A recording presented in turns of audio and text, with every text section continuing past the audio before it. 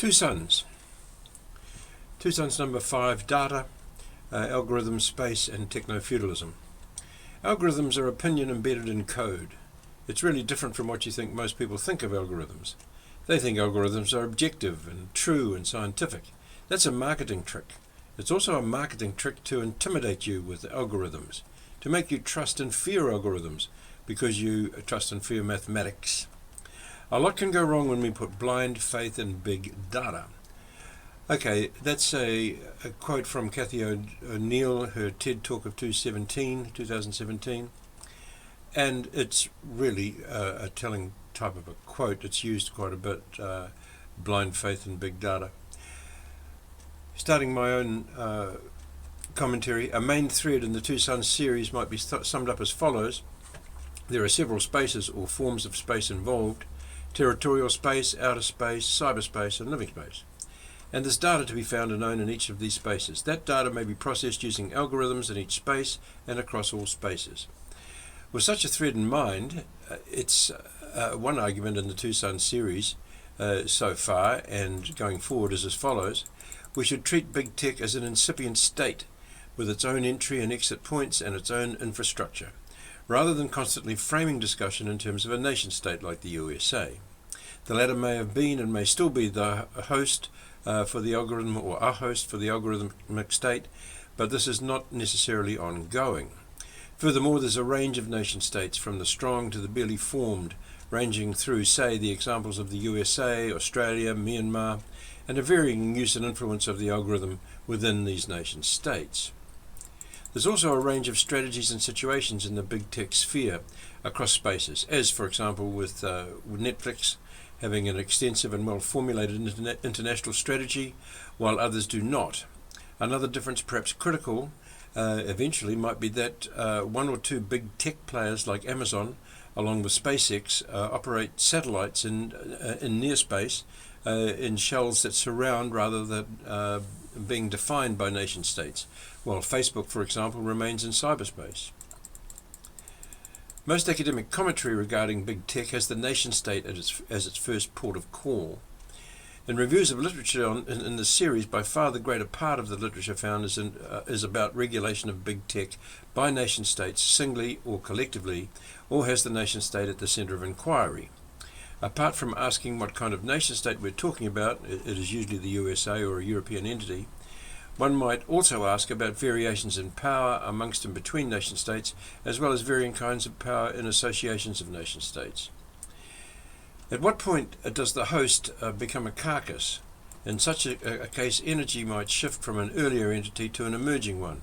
In an extreme case like Myanmar, we have had the example in early 2021 of Facebook, a major media player there, actually locking out government commentary, said government in this case being that of the military, but nonetheless we have an algorithmic actor draining or closing out the energy of a political actor. In the case of Australia versus Facebook, also in 2021, we have a standoff regarding advertising dues and a mixed response, where Australia seems to have won a limited arrangement to suit, but not without a fight, and not without concessions, some of which are difficult to plumb, as they seem at first glance anyway, to favour media conglomerates. Similar questions are being asked in smaller countries like New Zealand. In a New Zealand Herald Premium article of 21st 3rd 20, Damien Venuto asks whether the appropriate minister, Chris Whaafoy, should take a harder line on taxing Google and Facebook. Venuto welcomes the news that Google and Facebook are engaging in media funding initiatives in Australia as well as New Zealand, but sounds a note of caution. This agreement exists outside the realm of any real regulation, he says. It's essentially a unilateral decision by a tech giant to distribute money back to New Zealand.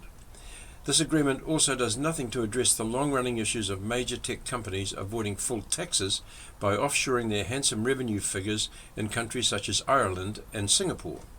Nor does it address the plight of smaller media companies that won't have the scale to generate enough revenue from anything Google is offering.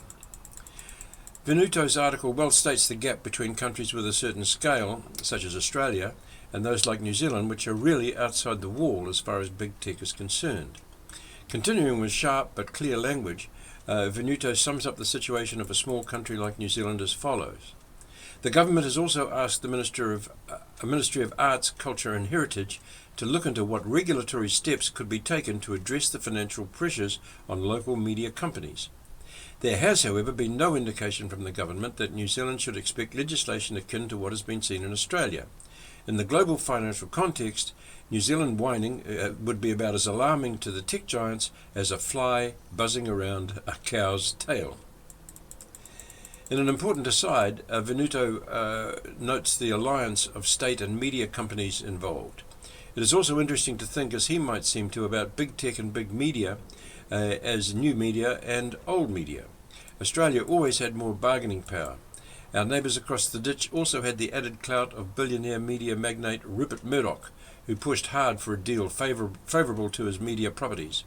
Australia essentially became the chosen venue for a slugfest between the lords of old media and new media. Given the power of big tech, whatever happens, small countries like New Zealand might be advised to be astute and discreet, simply because, as Venuto notes above, these smaller countries have little power in the global financial context. In another note regarding associations of countries possibly also important as a way forward for the smaller countries, Venuto writes, Whaafoi will also be aware that the OECD talks involving more than 100 countries on a major rewrite of global tax rules are coming down to the wire. Collaborating with this much larger group could result in the necessary change without the need for a public spat between New Zealand and any number of the world's tech giants. Combinations of nation-states with combinations of algorithmic states come in all shapes and sizes. At the beginning of the Two Suns series, I went a long way back to my writing on the early state, referring to an article of 1983 about Māori society in the 19th century. In that case, there was a state emerging in an emerging state, one incipient state, as it were, in the context of another, the former being a large grouping of iwi, tribes in the central North Island, gaining momentum, I suggested, from around 1750, and developing into the entities like the King movement, the latter being the settler state developing in New Zealand from 1840 and then strengthening in the late 1850s. In the present case, how do things work when one form of state, the algorithmic, competes with another, the nation state? To take events from early 2021, we have regulation by the algorithmic of the nation state. One thinks of Twitter shutting down Donald Trump, then the President of the United States of America, albeit in the last days of his presidency, or, as mentioned above, of the lockout of the military government by Facebook in Myanmar. It may be worth pointing to the fact that the well-developed countries are few. There is the USA, Britain, the Europeans, and way over there is China. Then there are the rest of the countries in the world. Some of these, like, say, Australia or South Africa or India, have the scale and strength to stand up to big tech, but there are many countries in the situation of New Zealand, as described above by Venuto, that simply do not have the scale of resources to resist big tech. And then there are a set of countries like Myanmar or Zimbabwe that teeter on collapse. To take another example from the New Zealand experience with big tech, involving memorandums of understanding with Amazon, Radio New Zealand reported on 16/4/21, a deal to boost the local economy has been struck between the government and the global giant Amazon. The company is currently filming a Lord of the Rings TV series in New Zealand. Under a memorandum of understanding, Amazon will get an extra 5% from the screen production grant, in addition to the 20% grant the production already qualifies for. Amazon plans to spend about $650 million on the show, meaning it would be eligible for a rebate of over $160 million. A striking feature is just how positive and uncritical has been the government response in a small country like New Zealand to an overture from Amazon. Minister for Economic Development and Tourism Stuart Nash told Morning Report the deal secured multi-year benefits to New Zealand and the subsidy was well worth it. This is fantastic, it really is, Nash said. Nash said the amount Amazon would receive is not more than what any other international company would be eligible for if they met the tests. I think that what we've got out of Amazon in terms of the MOU and the industry and how we're going to train people and our ability to use footage for tourism, the ability to leverage off a lot of what Amazon is doing is fantastic. The bottom line is if we want a film industry in this country, part and parcel of that is government subsidies. Where's the downside? Says Nash. As the discussion below of Techno Feudalism proceeds, the downsides might become apparent. This is an example of a soft power approach through the arts meaning money in a country deprived of the tourist dollar in a pandemic, with other matters like the possibility of an Amazon distribution centre only being a rumour at this stage, as Minister Nash notes in the Radio New Zealand report. It's also an example of Amazon working out arrangements in a small country through a complex of memorandums of understanding with ministries and government agencies. Instead of a whole-of-government approach, departments and ministries are the parties to the contract with Amazon.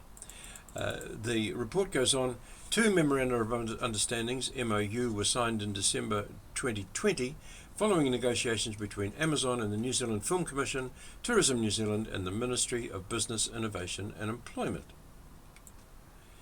An overarching MOU was signed to establish the key principles and obligation under the 5% uplift, and a Season 1 specific MOU is also in place. Subsequent season MOUs would also be negotiated for each future season. The MOU has 3 parts, with Tourism New Zealand taking the lead on branding. There's also the alignment of big tech and nation-state interests. This provides, the report goes on, this provides the opportunity for New Zealand to strengthen its international brand with a campaign to promote New Zealand as the home of the Lord of the Rings series, timed to coincide with the airing of the first season on international screens. Amazon and MBIE will work together to establish agreed-upon themes that align Amazon's and New Zealand's goals on a season-by-season basis. Potential themes include, but are not limited to, technology and innovations that will be used in the production of this series. These themes may explore the specific R&D focus areas, and the parties agree to work together to explore additional or alternative opportunities as they may arise. The report concludes on a somewhat disconnected note. Nash said the deal with Amazon was not linked to rumours of a retail distribution centre being set up locally, and this was a different part of the business. People can go online and buy something from Amazon. I don't think them having a distribution centre here would make any difference to whether people went online or not. It should be noted that there are questions about this deal coming from industry groups, as this article is going to press. As well as relations between big tech and nation states, there are arrangements between tech operators. There's the lockout of one tech operator by another, with Amazon shutting down Parler through Amazon Web Services in 2020. Here is an important example of negative interaction between tech operators, a contrast to the cooperation seen in the shadowing of Netflix's Reed Hastings by Facebook's Sheryl Sandberg, described later in this article. This kind of negative action, it seems, at least from study by the present writer, is unusual. Looking ahead to the discussion of neo or techno feudalism below, associations, lodges, and various sets and cliques of nobles mattered in their collective strength in feudal times, and the same might apply in techno feudalism in some kind of Silicon Valley Incorporated. The shadowing examples above and below may be important as a harbinger of support groupings within the group of big tech operators, although it ought to be said that there's very little in the way of formal associations known to the public.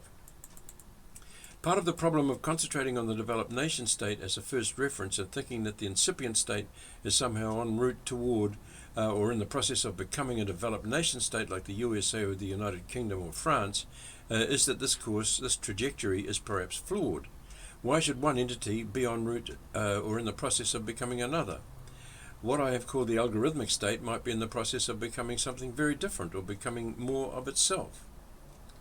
To take leadership, for example, we are talking, as Gerald Haderas, 2019 suggests, when considering Bezos or Zuckerberg of Amazon and Facebook, respectively, of new styles of leadership. This might be called digital leadership. It's not voted in. Does it emerge from the sort of culture described in No Rules Rules, a book by Hastings and Mayer on Netflix, replete as this book is with phrases like instrumental control and internal context? Or is this culture, as also found in such phrases as the two-pizza rule and what Dumaine describes as Betsonomics, simply a mask for control of data? Speaking of culture, in inverted commas or no, one interesting thing about No Rules Rules is the last chapter where the international context of big tech, Netflix in this case, is considered.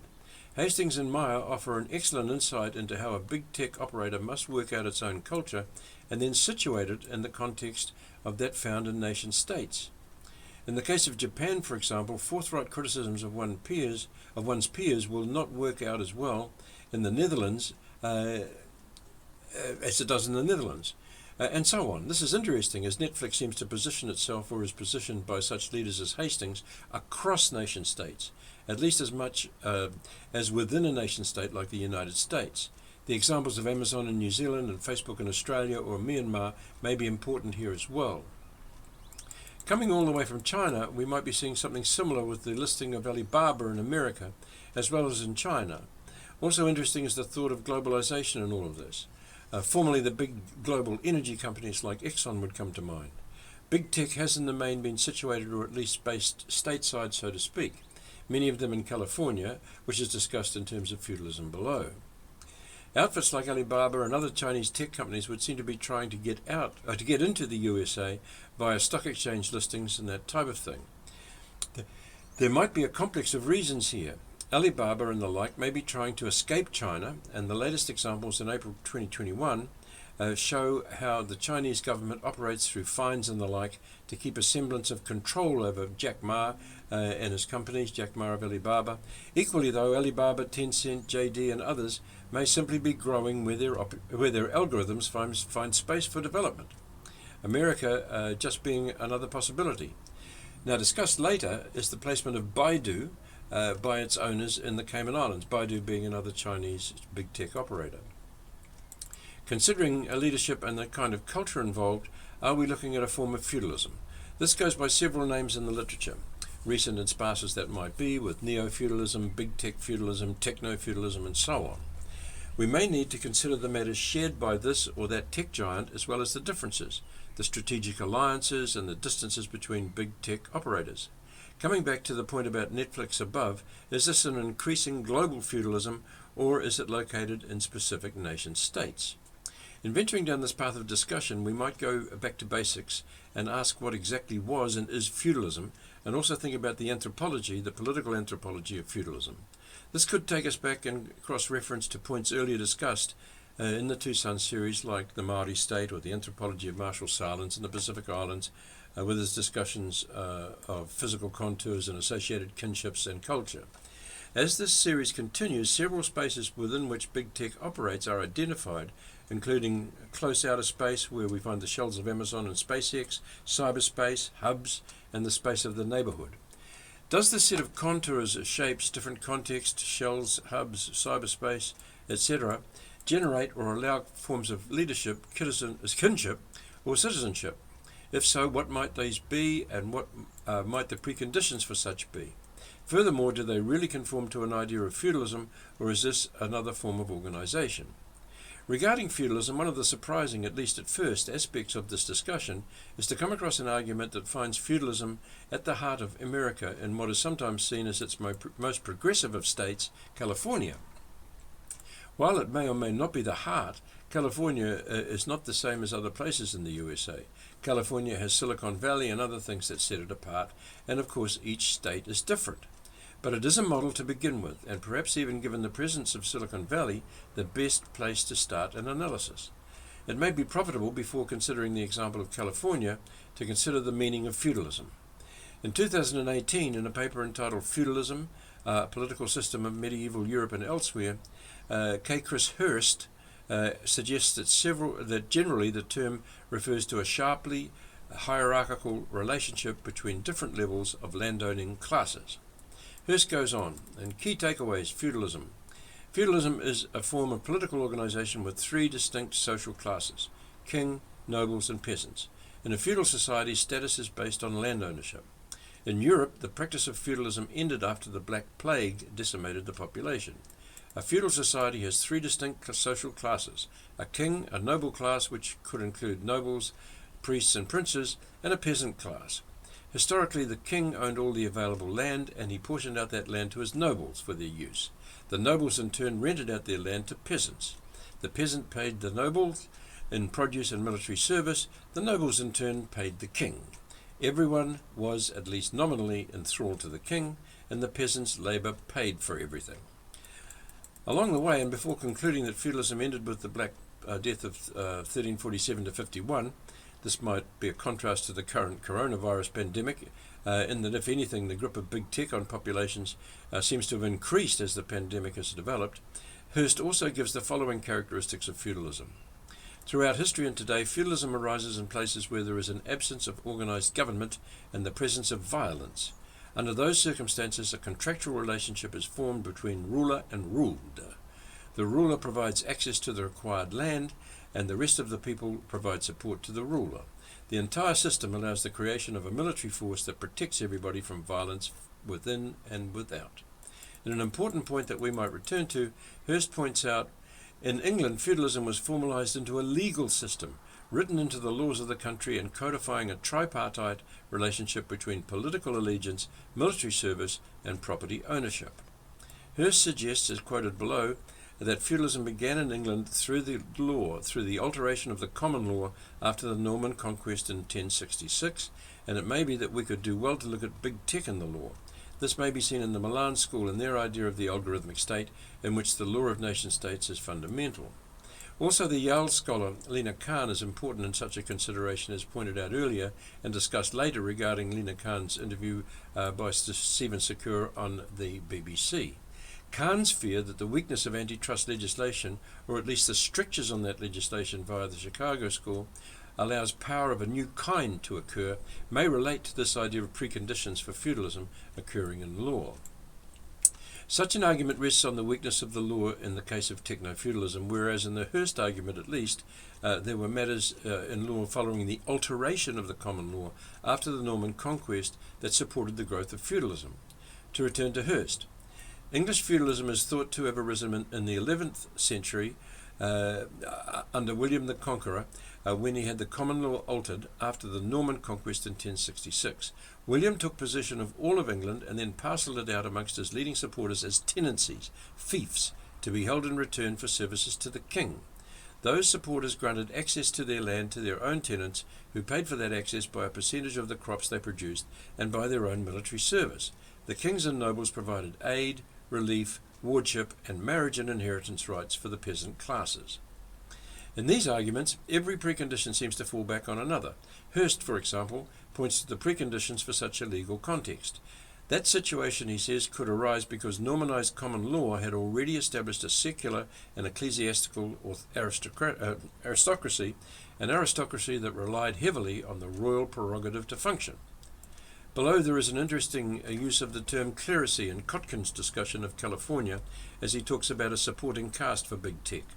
And this would seem to be like the secular and ecclesiastical aristocracy that Hirst mentions above. Hirst does note that feudalism is a worldwide phenomenon and does refer to the United States. He says American founding father Thomas Jefferson was convinced that the new United States was practicing a form of feudalism in the 18th century. He argued that indentured servants and enslavement were both forms of yeoman farming, in that access to land was provided by the aristocracy and paid for by the tenant in a variety of ways.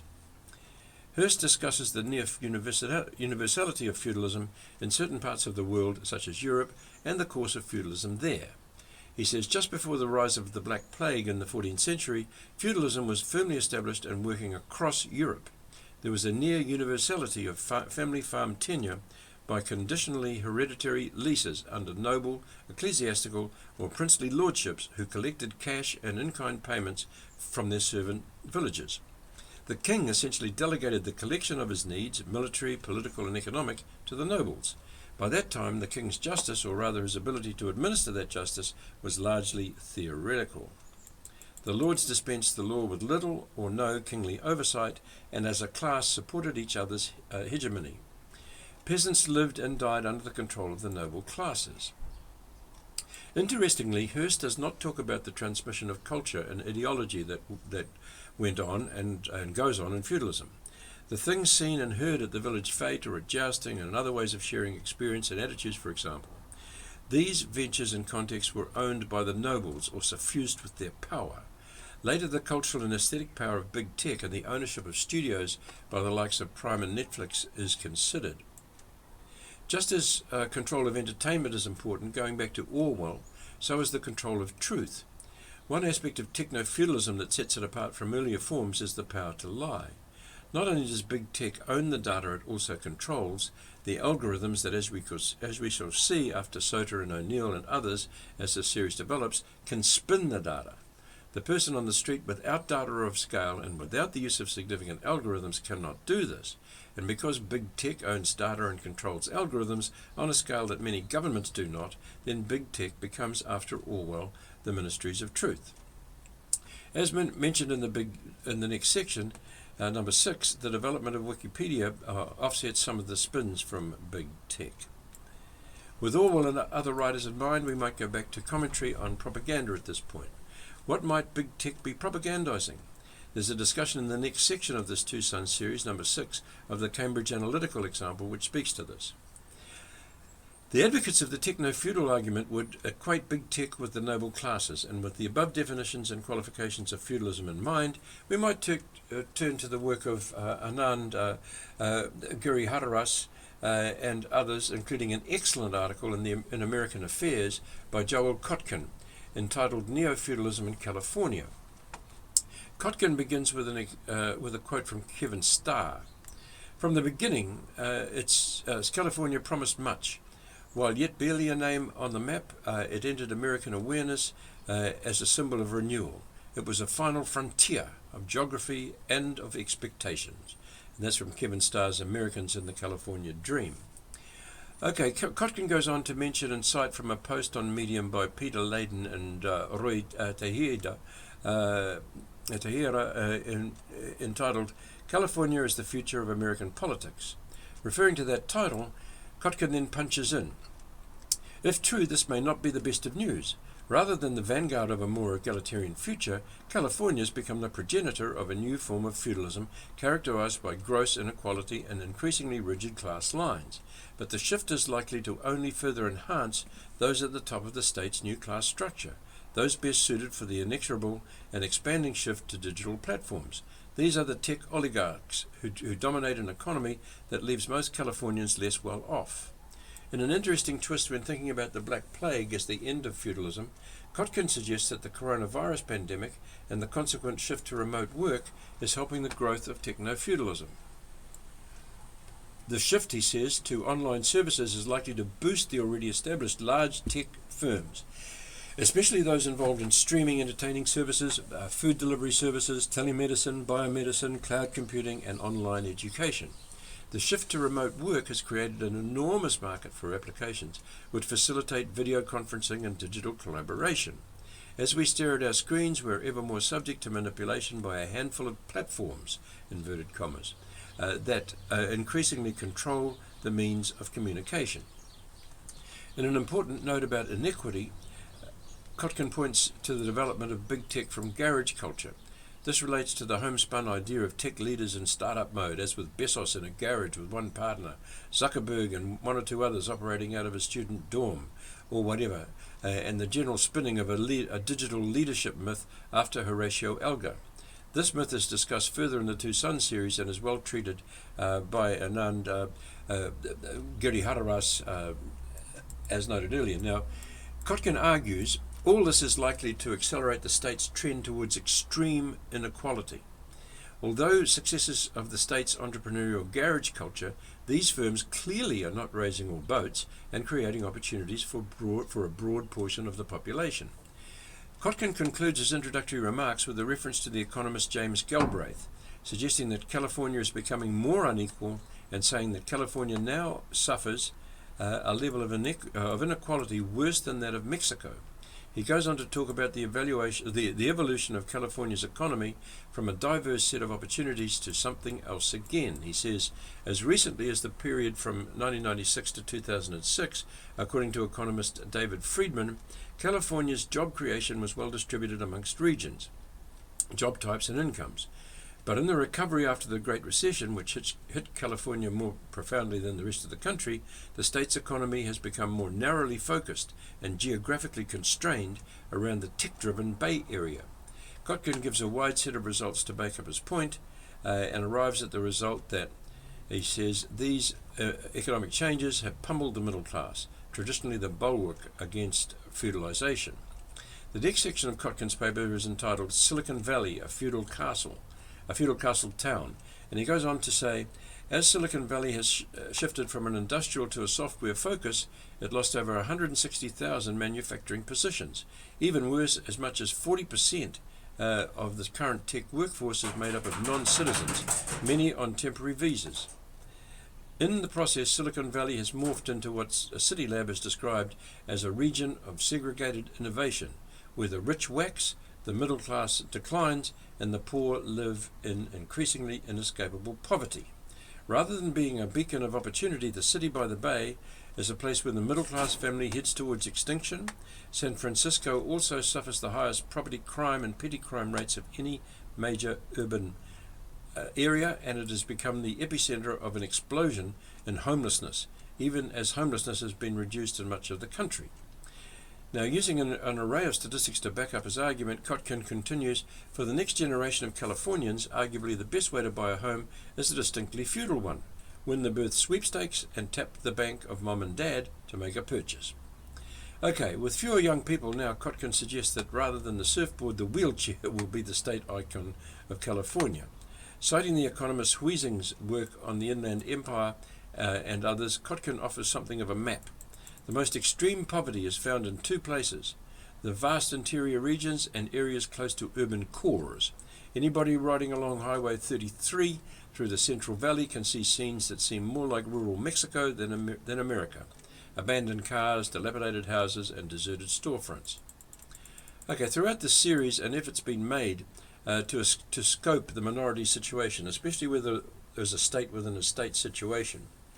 As a critical thought, we might look again at the no knock-on effect, where there's no trickle-down or crossover of benefits from one community to the other. In New Zealand, there are two communities side by side in the Bay of Islands, one that might be described as tech-savvy in Kirikiri, while adjacent is an extremely poor community without tech in the form of computers, without resources generally, and without running water in places. Kotkin offers an excellent analysis headed the failing race card, saying Hispanics and African Americans do worse in California than almost anywhere else in the country. Okay, so I ask, what is the point of view from big tech? Kotkin puts the oligarchic mentality as follows. California's tech oligarchs may be famously woke, but they do not seem to be greatly concerned by the enormous gaps in class and race in their backyards. Better to be a child in an African village or a whale or a tree than someone forced to live in their car across the street from Google. He carries on, this reflects that these tech oligarchs do not oppose huge class divisions. Rather, they embrace what Aldous Huxley, and I've talked about Huxley a lot, called a scientific caste system, in which they stand at the apex. In some ways, this reflects the realities of the current tech business, which relies not on a wide range of skills, but on a small cadre of elite talent. Referring back to the book, coming back to my own argument, referring back to the book No Rules, Rules about Netflix, the last point above certainly has resonance, as Hastings and Meyer, the authors of No Rules, Rules, champion the selection and maintenance of such an elite talent. Kotkin then talks about the way forward in a section called The Road to Oligarchic Socialism. Rather than fight inequality, the oligarchs are seeking ways to accommodate it. If anything, they try and push what might be called an anti-materialist point of view that emphasizes meaningful community on a global scale, but rarely speaks of upward mobility. Now, later in the Two Sons series, the idea of cobotics and the consumer farm are considered. In a brilliant comment from a resoundingly good paper, Kotkin via Fehrenstein may be talking about something similar. Kotkin says, Fehrenstein suggests that many oligarchs, in contrast to business leaders of the past, seek to secure their future by creating a radically expanded welfare state. Indeed, the former head of Uber, Travis Kalanick, and Y Combinator founder Sam Altman and Mark Zuckerberg, along with Elon Musk, all favor a publicly funded guaranteed annual wage, in part to help allay fears of potential insurrection arising from the effects of disruption on an exposed workforce. In a sense, the oligarchs have embraced the older aristocratic notion of what Marx called a proletarian arms bag, by having taxpayers provide not just guaranteed wages but free healthcare, free college and housing subsidies. This oligarchic socialism differs dramatically from the mixed capitalist system that emerged after the Second World War, which was based on increased upward mobility and increased consumption for the masses. In the world envisaged by the oligarchs, the poor would become ever more dependent on the state as their labour is devalued by regulatory assaults on the industrial economy, as well as by the greater implementation of automation and artificial intelligence. Even those lucky enough to work for the oligarchs will face a severely restricted future. Unable to grow into property-owning adults, these workers will subsist on subsidies and what they can make through gig work. To combat boredom, they can enjoy what Google calls immersive computing in their spare time. Who helps the rich, the tech, I ask after this, who helps the tech oligarchs who enable them? Kotkin addresses this in a section entitled The Alliance with the Clerisy. The last word, clerisy, is important perhaps as there is an echo of the court, the consensus of the feudal court, a murmur of collective power in the elite. Kotkin is suggesting a form of patronage. And he says, to cement their dominion, the oligarchs have made political alliances with other groups, notably those who dominate California's increasingly one-party system. This has made them critical allies of California's progressives, with whom they have made common cause of a host of issues, from gender rights to immigration to climate change. This alliance between the oligarchs and California's clerisy, university professors, senior bureaucrats, and non-profits, drives the state's powerful green agenda. The clerisy, cloistered in powerful institutions like academia, the media, or government, are largely insulated from the ill effects of the regulatory regime, which include higher energy and housing prices.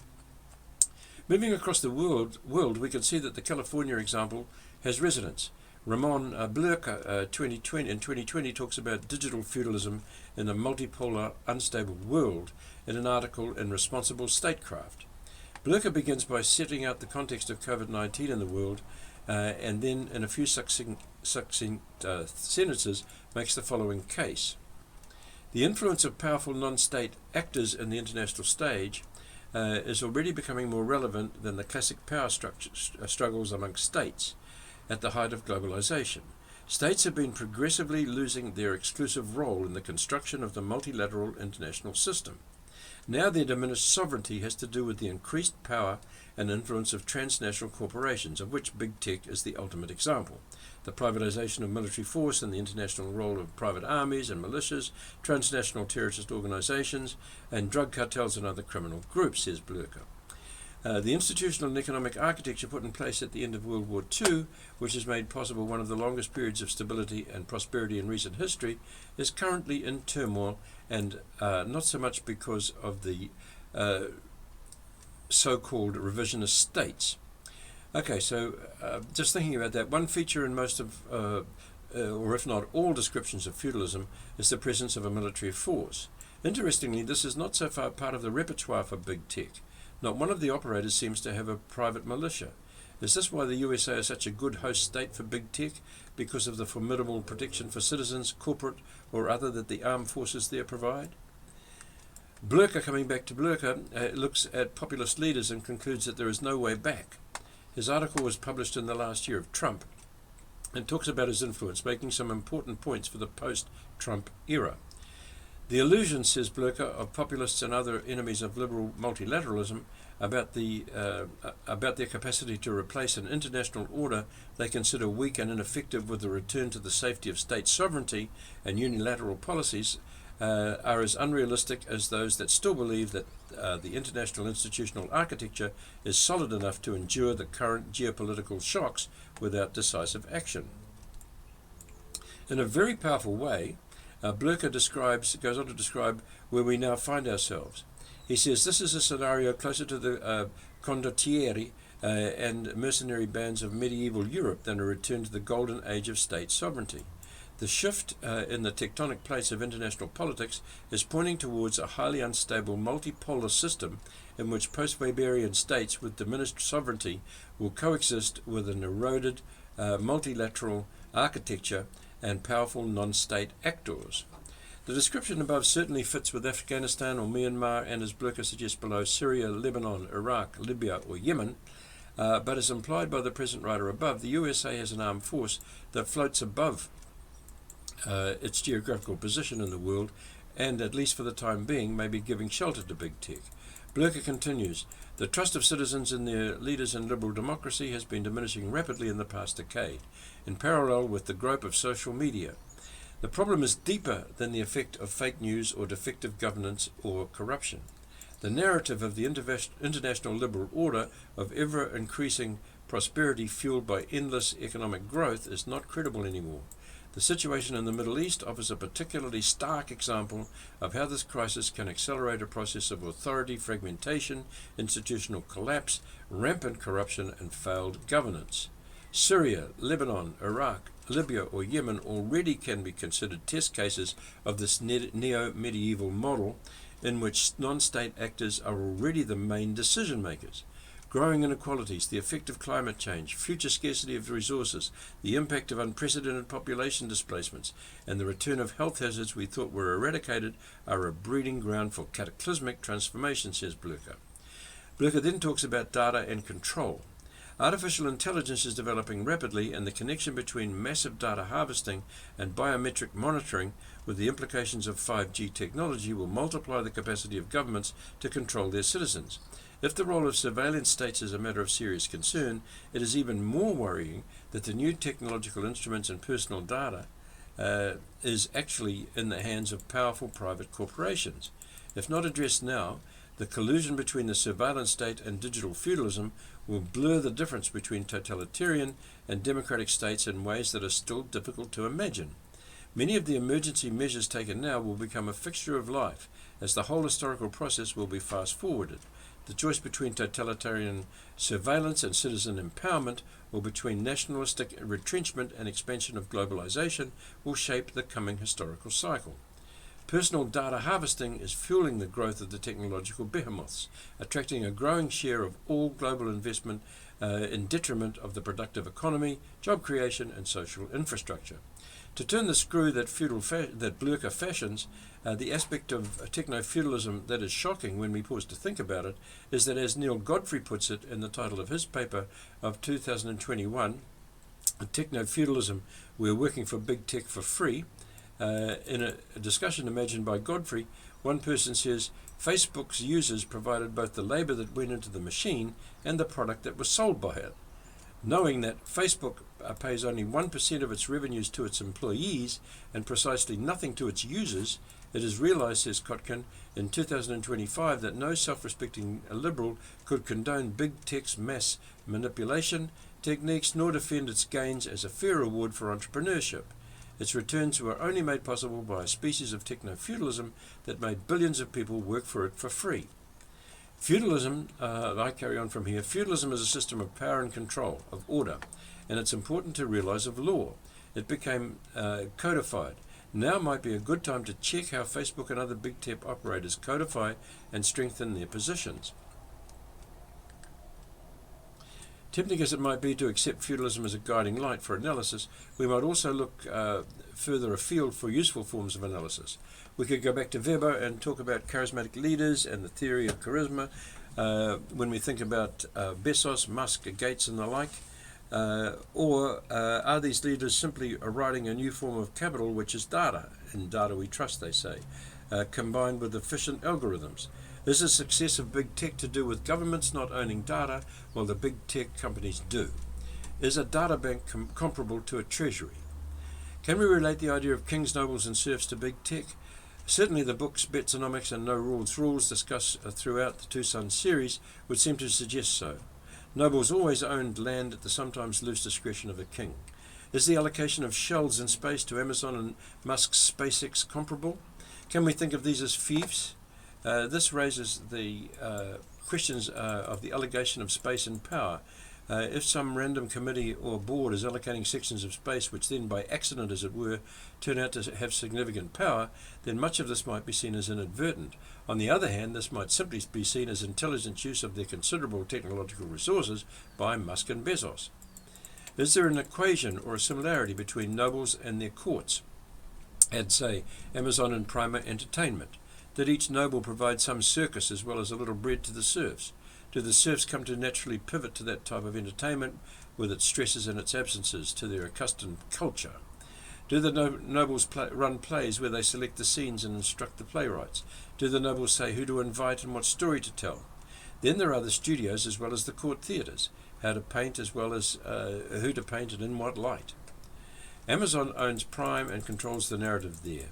Who to invite and what they might say. How to cut the movie today in the Amazon Prime world might be like how to paint the portrait in the world of the feudal noble. We could digress into a discussion of Las Meninas and the role of the artist in all this, but some things seem to equate. For example, the paying by nobles of nominal lip service to kings in a feudal situation is like big tech and the nation state, as in the examples of Myanmar and Australia cited at other points in the Two Sons series. So we have a set of players who tend to find a centrality to what they do. This may be cultural practice. We could note again the influence of Collins and the workaday formulae of the two-pizza rule at Amazon or the Netflix innovation cycle. The central shared features might be found in entertainment, and the analogies of court theatre for nobles and Prime to Amazon might be noted. Again, or it might be usage of a state apparatus, such as Silicon Valley uses California, and most big tech operators use the USA as a home. But in all these cases and elsewhere, perhaps, there is a tendency to find common ground, to shadow one another, and savour the secret sauce, as Jim Collins puts it, of one another. Then there is the sharing of management knowledge, the other end of the culture, which is the nobles running the serfs, Silicon Valley running the rest of California. In their book No Rules Rules, Netflix and the Culture of Reinvention, Hastings and Meyer cite a visit to Netflix from Sheryl Sandberg of Facebook, who follows Hastings around at Netflix in a shadowing exercise as she takes note and keeps quiet. This is like farmers sharing informative walks around the farm with other farmers. It is standard practice as the book implies.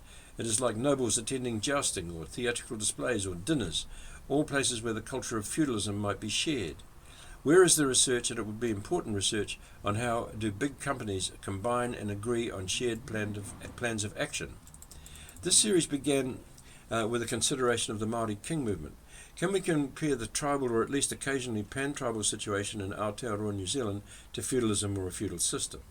There are differences in the big tech operators. As noted elsewhere, Bezos and Amazon are in close outer space, and Zuckerberg and Facebook are not. At the same time, there are shared influences on corporate culture across entities. One thinks again of the influence of Jim Collins, the two-pizza rule at Amazon, the no rules rules of Netflix, and other slogans or rallying points. The main common ground perhaps amongst tech feudal systems, though, is control of data and effective use of algorithms. One also thinks, though, of critics like Scott Galloway, who would like to break up big tech, and one considers ways to oppose the power of the data harvesters. This is explored more fully in 7 with a reference to the excellent work of Molly Sota and the strategy she outlines for obfuscation. Also in what may be an important twist to the idea of the remote self offered by the present writer, and which might be helpful in considering control systems in Techno Feudalism.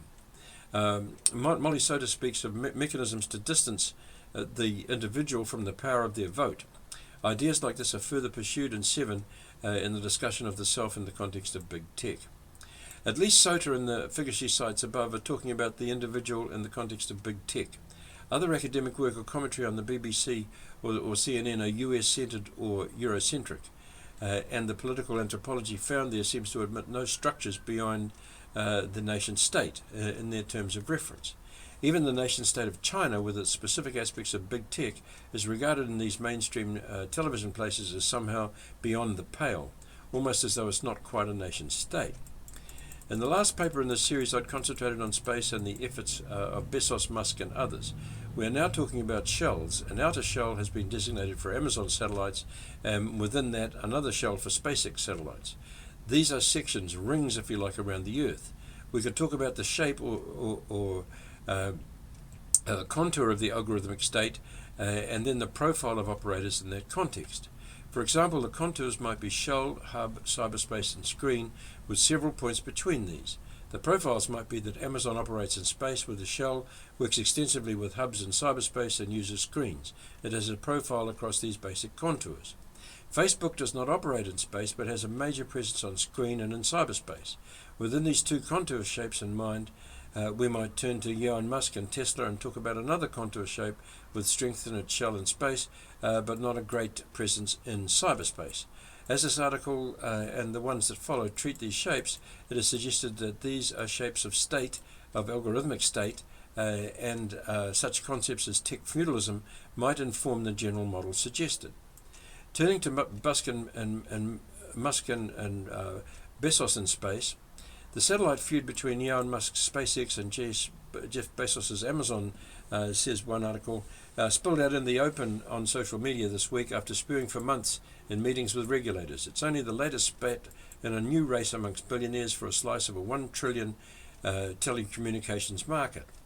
Musk and Bezos, the two richest people in the world, are racing to build vast networks of satellites in low Earth orbit capable of bringing high-speed broadband internet to rural parts of the world that have little or no access to the internet.